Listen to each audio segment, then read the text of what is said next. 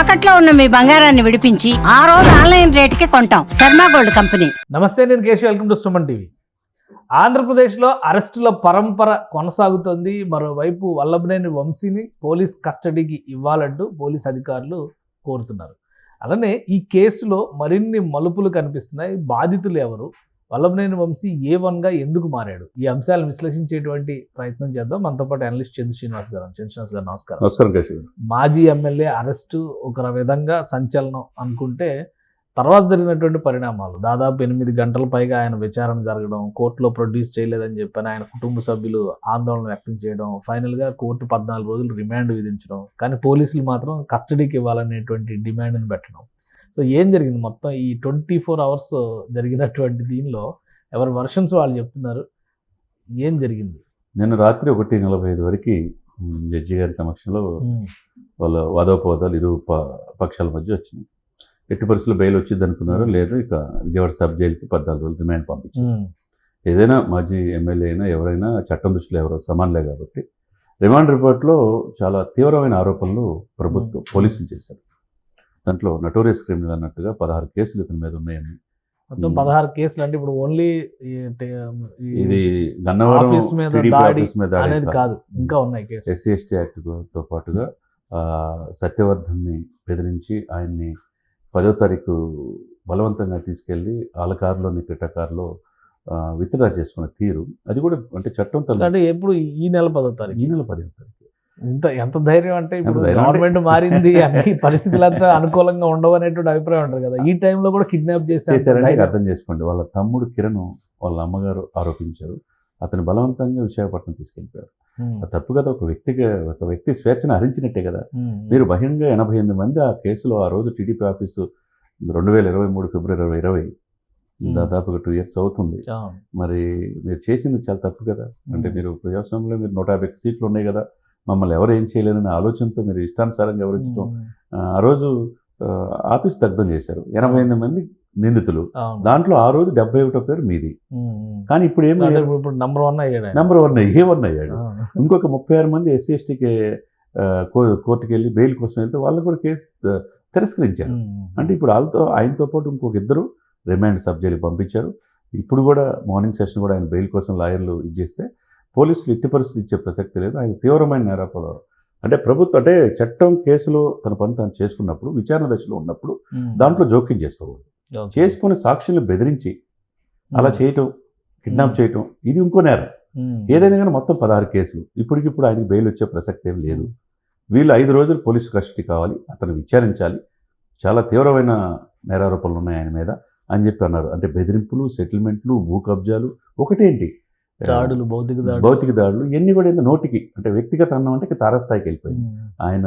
కానీ మరి ఇంత జరిగితే వల్లభనేని వంశీ గారి భార్య అసలు ఎందుకు అరెస్ట్ చేశారో తెలియదు. పోలీసులు ఏ వివరాలు చెప్పట్లేదు.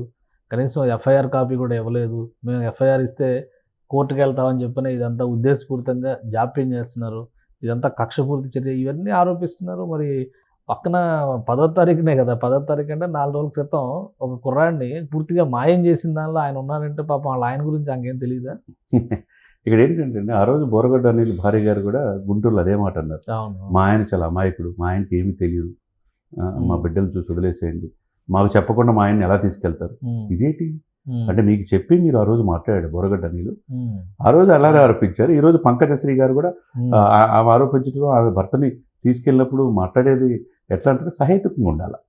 మీరు ఆ రోజున ఆయన భువనేశ్వర్ గారిని విమర్శించినప్పుడు కానీ, లోకేష్ గారిని, చంద్రబాబుని విమర్శించినప్పుడు ఇది తప్పు వంశీ అనే మాట ఎందుకు చెప్పలేకపోయారు? ఆమె కూడా ఒక ఆడకూతురే కదా. వ్యక్తిగత అన్నం చేయటం ఎంతవరకు మీకు సమంజసం? వాళ్ళ కళ్ళమ్మటి నీళ్ళు తీసుకురావటం. ఇప్పుడు 7 నెలలు అయిన తర్వాత వీళ్ళు ఎమ్మటేం చేయలే.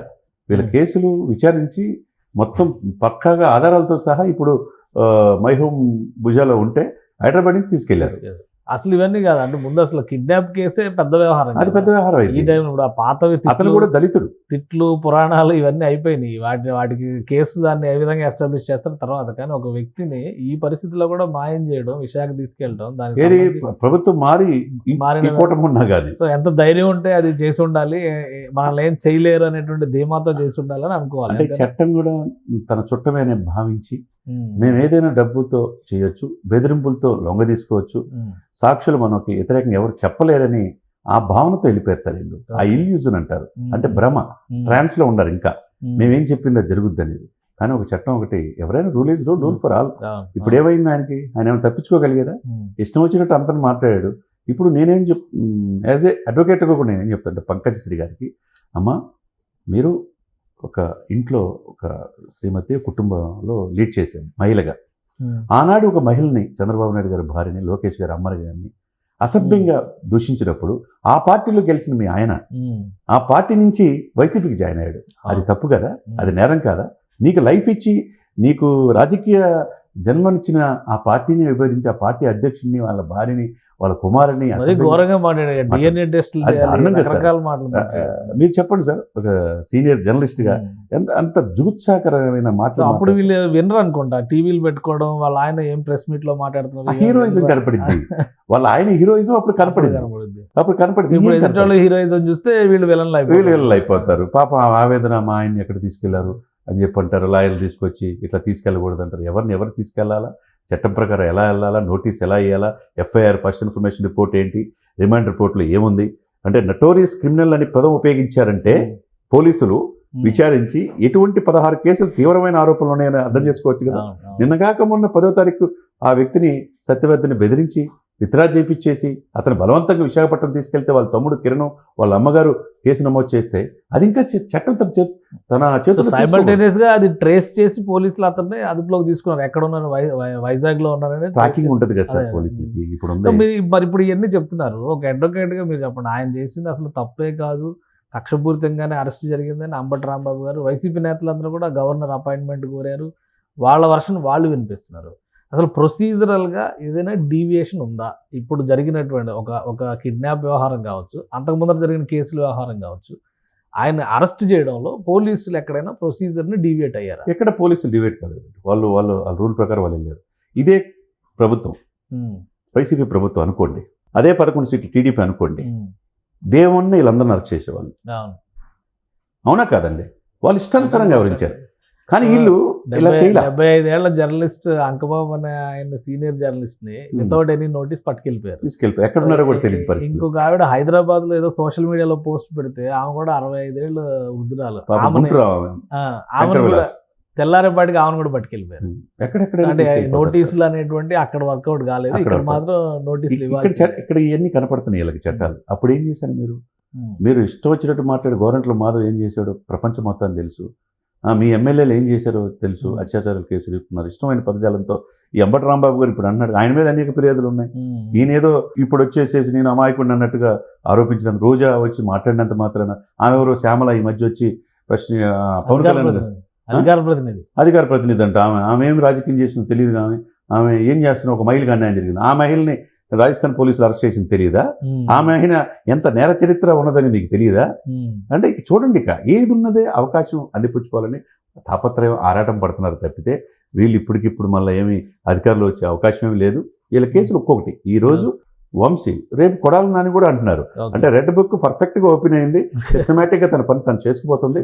కాకపోతే ఈ 6-7 నెలలు చాలా మంది ఏంటంటే ఎందుకు వదిలిపెడుతున్నారు కానీ వాళ్ళకి పర్ఫెక్ట్గా సాక్ష్యాలు అతిచూసి వ్యవహరించి అన్నీ కూడా పక్కాగా దీంట్లో కేసులో దీన్ని ఇచ్చేశారు కాబట్టి వల్లభనేని వంశీకి బెయిల్ వచ్చే అవకాశం ఉందా? పోలీస్ కస్టడీ అంటున్నారు. అసలు లీగల్గా చూస్తే ఆయన కస్టడీకి ఇవ్వడానికి ఛాన్సెస్ ఉన్నాయా లేదా? అసలు బెయిల్కి ఎలిజిబుల్ అని కదా ఆయన అడ్వకేట్ వాదిస్తున్నారు. బెయిల్ ఖచ్చితంగా ఇచ్చేటువంటి అవకాశం ఉందని వాళ్ళు చెప్తున్నారు, వీళ్ళు కస్టడీ అడుగుతున్నారు. ఎవరికి ఎక్కువ ఛాన్సెస్ ఉన్నాయి? ఇక్కడ ప్రభుత్వం ఏదైతే పోలీసులు ఇచ్చేస్తున్నారో వాళ్ళ ఆరోపణలు కరెక్ట్గా సాక్ష్యాలు ఉన్నాయి కాబట్టి మాకు వీళ్ళది ఆయన దగ్గర నుంచి నేరారోపణలు తీవ్రమైనవి ఉన్నాయి, ఆయన విచారించాలి, ఇంకా సాక్ష్యాలు సేకరించాలి ఆయన దగ్గర నుంచి అని చెప్పేసి 5 రోజులు పోలీస్ కస్టడీకి అడిగినారు. డెఫినెట్గా పోలీస్ కస్టడీకి ఇచ్చే అవకాశం ఉంది. విచారించి ఎవరెవరు ఉన్నారో వాళ్ళ దగ్గర సాక్ష్యాలు పోలీసులు చూపిస్తారు. ఈయన చెప్పాల్సింది ఇప్పటివరకు నాకేం తెలియదు అని చెప్పి అంటున్నాడు. తెలియదంటే ఎట్లా? ఆ రోజు క్లిప్పింగ్స్లో అన్నీ ఉన్నారు కదా. దీనికి నిన్నగాక మొన్న ఇదే సత్యవర్ధన్ తీసుకెళ్ళి అదే కోర్టుకెళ్ళి బలవంతాన్ని విత్డ్రా చేయించింది, వాళ్ళు సీసీ కెమెరాలు కూడా ఉన్నాయి కదా. ఇవన్నీ ఉన్నప్పుడు మీకేదో హక్కులకు భంగం కలిగినంత అనేది ఉండదండి. ఇక్కడ డెఫినెట్గా 16 కేసులు అంటే చాలా తీవ్రమైన ఆరోపణలు ఉన్నాయి. SC/ST యాక్ట్ కేసు కూడా ఉంది. దానివల్ల సుప్రీంకోర్టు కూడా అరెస్ట్ చేయకూడదని ఇన్నాళ్ళు వెళ్ళొచ్చారన్నమాట. ఇప్పుడు ఇవన్నీ కూడా ఆ కుర్రాడు సత్యవర్ధన్ కూడా SC, వాళ్ళ ఫ్యామిలీ అట్రాసిటీ కేసు కూడా ఉంటుంది. ఉంటుంది. అట్రాసిటీ కేసు అది తీవ్రమైన ఆరోపణలు ఉన్నాయి. ఇటువంటి 16 కేసులు ఒకవేళ ఒక కేసులో బెయిల్ వచ్చినా ఇంకో కేసులో తీసుకునే అవకాశం డెఫినెట్ గా ఒకటే. ఇది ఇప్పుడు వదిలిపెట్టే ఇదేం లేదు, పీటీ వారెంట్లు వేస్తారు. ఉంటది. తర్వాత బోరగడ్ ఇప్పుడు ఆయన ఎంపీగా పోటీ చేసిన నందిగం సురేష్కి ఏ విధంగా సుప్రీంకోర్టుకి వెళ్ళినా ఉపశమనం కలగలేదు. దాదాపు ఆల్మోస్ట్ 2-3 months జైల్లో ఉన్నాడు. సేమ్ అదే సిచ్యువేషన్ వంశీకి ఈ కేసుల్లో ఉంటదనేది స్పష్టంగా కనబడుతుంది. రైట్. థ్యాంక్ యూ చంద్ర శ్రీనివాస్ గారు. ఇది వల్లభనేని వంశీ అనుసరించినటువంటి విధానాలు, కిడ్నాప్ వ్యవహారాలు ఆయన మెడకి చుట్టుకునేటువంటి అవకాశాలు పుష్కలంగా ఉన్నాయని చంద్ర శ్రీనివాస్ గారు విశ్లేషిస్తున్నారు. బెయిల్ కంటే ముందు ఆయన పోలీస్ కస్టడీకి వెళ్లే ఛాన్సెసే మరింత ఎక్కువగా ఉన్నాయి. అమాయకులను వేధించేటువంటి సమయంలో వాళ్ళ కుటుంబ సభ్యులు ఎవరు రియాక్ట్ కాలేదు, కానీ వాళ్ళ ఇంటి వరకు సమస్య వచ్చేసరికి అందరినీ విలన్లు చేసేటువంటి ప్రయత్నాలు చేస్తున్నారు. చట్టం తన పని తాను చేసుకునేటువంటి క్రమంలో నేరం చేసిన వాళ్ళు ఎవరైనా కానీ వదిలిపెట్టే ప్రసక్తి ఉండదు అని విశ్లేషిస్తున్నారు చంద్ర శ్రీనివాస్ గారు. ఇది special discussion. Keep watching. Suman టీవీలో మీ పర్సనల్ అండ్ బిజినెస్ ప్రమోషన్స్ కోసం కింది నెంబర్కి కాంటాక్ట్ చేయండి.